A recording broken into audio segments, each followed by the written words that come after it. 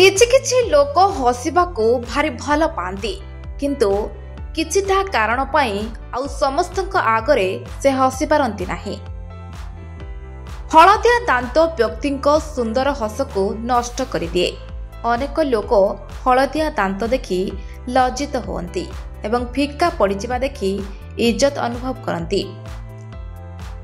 दांत को घरोई उपाय केमिति करिबे धड़ा आसंतु जानिबा। तेबे दर्शक बंधु घरे घरे परिचित तुलसी गछ जहाँ आम पाई बहु उपकारी।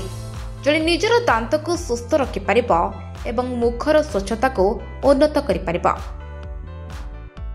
हलदिया दांत सफा करिबा पई किछि घरोई उपचार ग्रहण करी जेकोसी व्यक्ति निज दांत को सफा करि परिबा बा चमकाई परिबा। एथिपई काहाको डाक्टर किंबा क्लिनिक जिबार आवश्यकता नाही। एथिपई काहाको कोनोसी स्वतंत्र काम करिबाको पड़िबो नाही।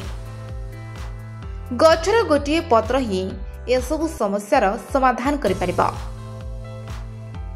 निज दांत को सफा एवं चमकदार रखिबाको चाहंती तेबे तांको प्रथमे निजर जीवन शैली अभ्यास रे किछि उन्नत आनिबाको पड़िबा।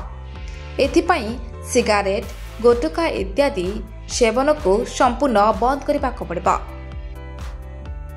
एही क्षेत्र में तुलसी पत्र समस्तंक पई बहुत लाभदायक हेबा। केवल सेगुड़ी को चोबाइले किंबा एहार पेस्ट रे ब्रश कले आपनक दांत संपूर्ण भावे सफा होइछबा जहा अनेक दृष्टि लाभदायक अटे। एथिरे 71% यूजिनोल एवं 20% मिथाइल यूजिनोल थाए जहाँ दांत बिंधा कम करिबा एवं तुलसी पत्र मध्य मुख संक्रमणर चिकित्सा रे बहुत लाभदायक हुए।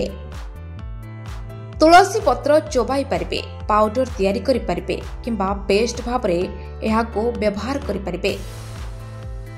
Bureau report Metro TV Odisha.